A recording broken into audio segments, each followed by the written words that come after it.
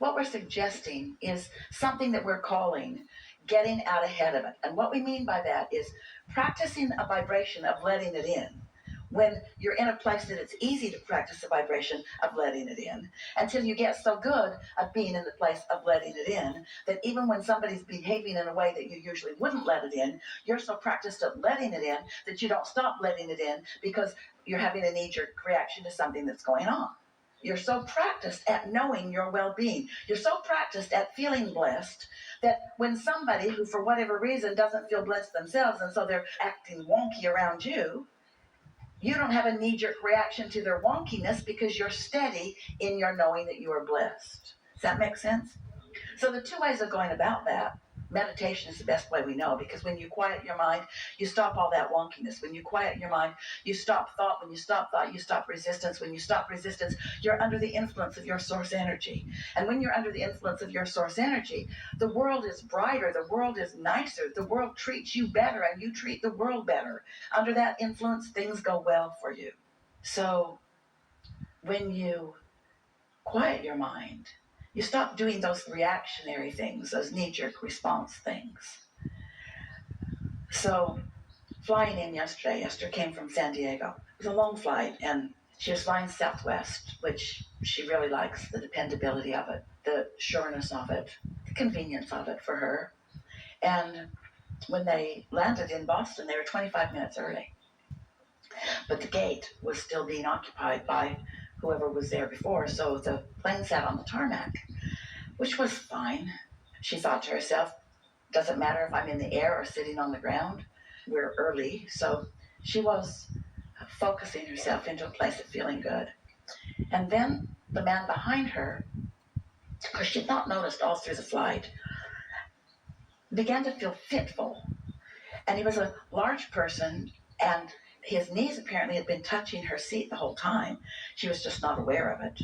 And he began bouncing his legs in a sort of nervous disorder.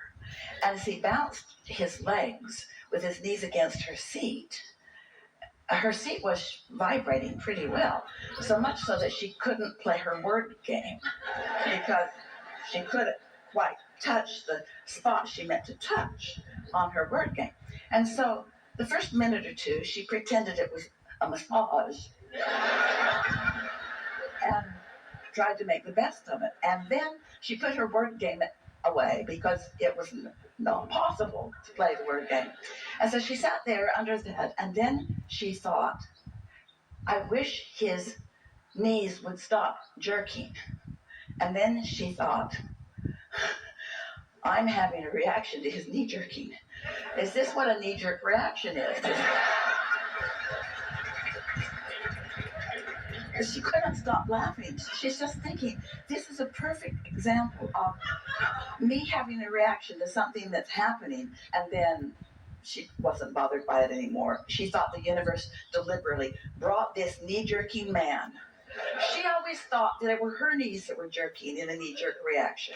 The universe is so funny. Don't you think the universe is funny? Don't you think it's a wonderful thing that whatever you're wanting to know will come? Don't you like knowing that if you can get out ahead of it? So meditation is a very good way. The other way is what we are calling segment intending. And segment intending means being in a segment, aware that you're going to move into another segment, and using this segment to make your statements of desire about the next one. And so Esther has begun. She has several notebooks full of these segments now. She's discovered that by focusing on a word, a feeling word, like I feel eager, or I feel satisfaction, or I feel blessed, or I feel open to what's coming next, or I feel an eagerness for understanding, or I feel blessed in this moment. As she finds these words that in writing them slowly generates the emotion within her, what she's noticing is that she said to a friend the other day, I thought segment intending, because we've been talking about it for a while. The first recording that we made with Jerry was the law of attraction. The second one was the law of deliberate creation. The third one was the art of allowing. The fourth one was segment intending. That's how far back this idea of deliberately focusing goes in this spewing that Esther's been doing for us. And Esther said, I thought that what segment intending was recognizing that I'm getting into my vehicle and I'm now saying to the universe, I want safety and I want smooth transfer and I want cooperative drivers. And it is some of all of that. It's focusing all of that. But Esther said, now I'm understanding that it's not about me, powerful me, hooking up with source energy and getting out there and changing circumstances and events in order to accommodate me. Hear this. No, it's me finding words that make me words of blessing, words of love. It's about me deliberately affecting my point of attraction so that as I move out into the world, my point of attraction lets in this good thing and this good thing and this good thing. Because as you move through space and time, it's all out there. So you're not dictating what out there is. I'm coming out there, get ready for me and be good because I'm coming out there. That's kind of the way she thought segment intending was.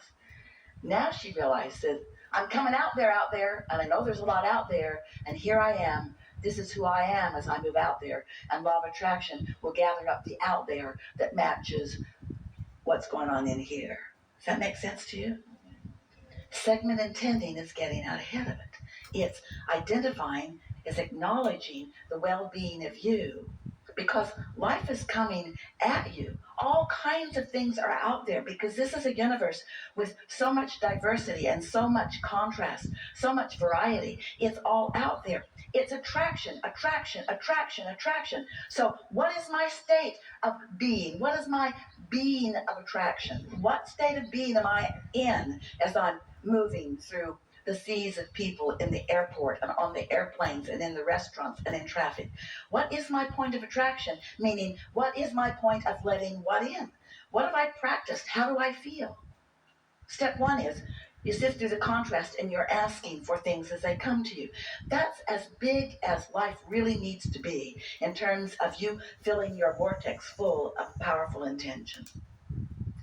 Your life has given you so much input, and you've come to so many really important decisions about who you are and what you want. You just don't need to stress over that.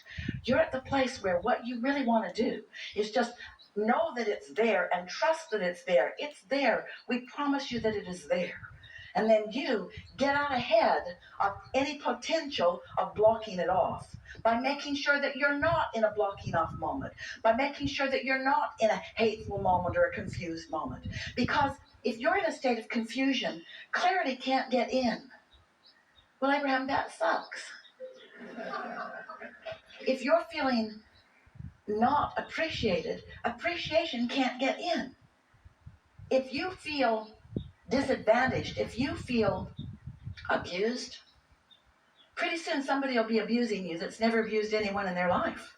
It's attraction, it's attraction, it's attraction, it's attraction, it's attraction, it's attraction. So you've done all the step ones, and the step two is all lined up for you. Now, your singular work is to, moment by moment, look for reasons to feel open and allowing of the good things that you've been asking